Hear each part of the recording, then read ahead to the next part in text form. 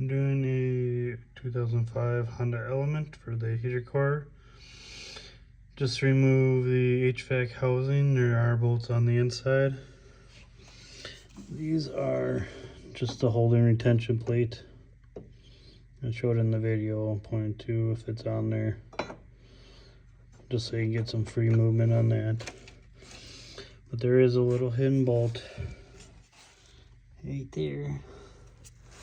You gotta take this control valve off, which is a 10mm, and this is a 13mm socket. And that will, besides the bolt on the inside, that's all that holds it in place.